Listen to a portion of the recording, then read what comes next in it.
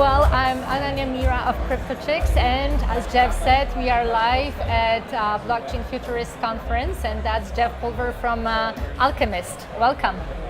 Thank you for having me. It's great to have you here. You had just a fantastic presentation, a lot of great feedback. A lot of people praised you on what you said, and you were talking about the value of the companies bringing into their product and the content what they're delivering to.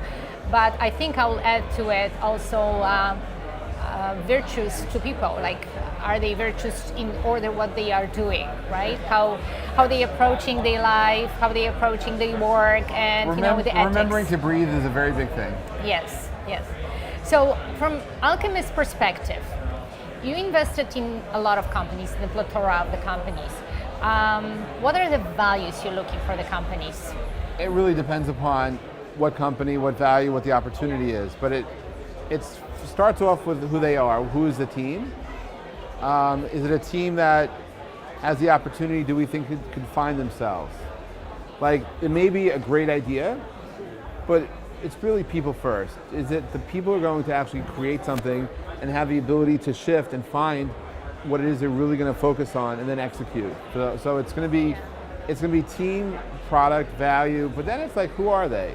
And when we're really busy, we like working with fun people, smart people, people that we think are a representation of where the future goes. So it's a dynamic which is really hard to describe per person, but when you meet some of the teams we know, there's always a wow, like, oh my God, I can't believe like how brilliant or how special or how you just feel that energy, and it's bigger than them. They're together, they create something that's just very special. So if you see the company, when you have two companies to choose from, and one company has a fantastic team, lesser of the product, and then you can see the product, but you are so-so feeling about the team, which one would you choose? If I could see the product but the team doesn't, that's a challenge too.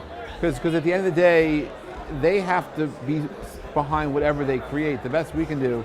So if we're working with a company who wants to do a security token or a token offering because they're raising funds, it's all about story. It's all about where are they? Are they pre-revenue, post-revenue?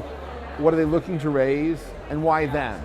And when I introduce them to my friends, what are they going to take away? Like, what are they going to remember about the vision, the idea, the concept? I mean, I have a whole comparison. I've invested in my life in over 400 startups personally. Yes, you changed the world, we know that. But when I did that, I learned to compare startups to rock bands.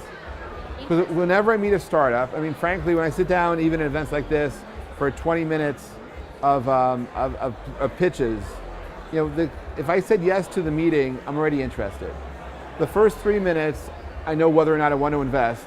And the next 17 minutes, they convince me whether or not I want to invest or not. And so it's really about how they share their story, how they present, how they connect.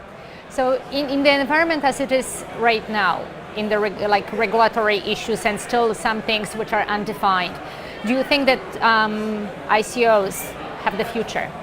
I think that what we have a future is redefining capital markets. That if we get too granular, I think ICO should have actually stood for Internet Crowd Offering.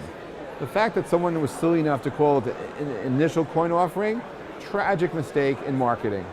Because this comes from the genesis of the days of Indiegogo and Kickstarter, where people were trying to fund projects. So if you're going to the crowd trying to fund your dreams, that should continue.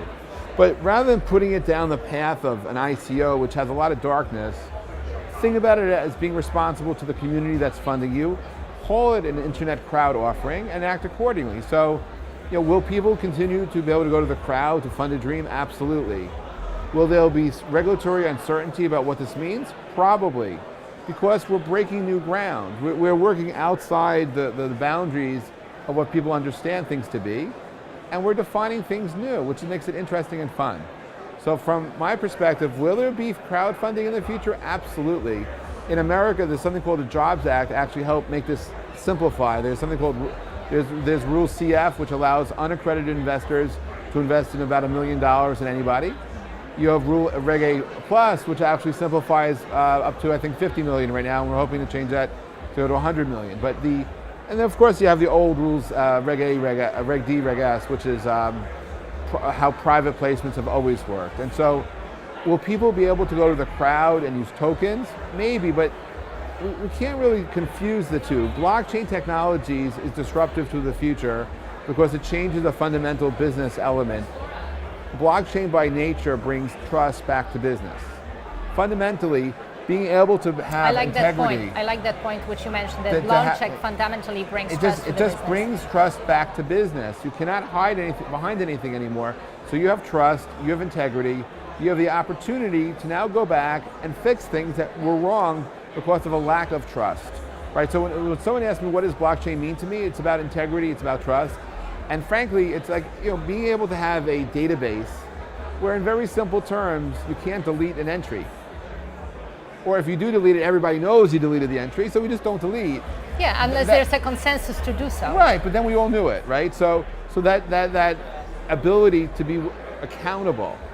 So what are we really talking about? We're talking about a technology innovation that brings back ethics to business.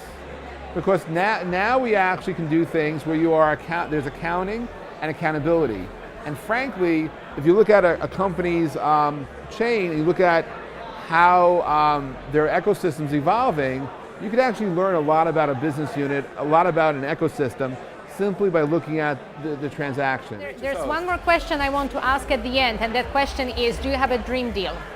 A dream deal? Dream deal. What's your dream deal? That's something really the company would love to work with, I would love or what the company would represent. So I met, when I was in Antigua, Guatemala, I met the team building the Magellan telescope in Chile.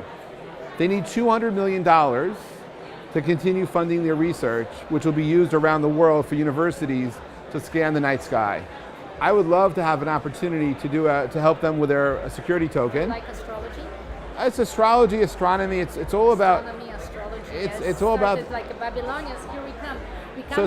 So having a project that enables people to do research, yes, and to use a platform that enables others to help facilitate that, that's fun to me.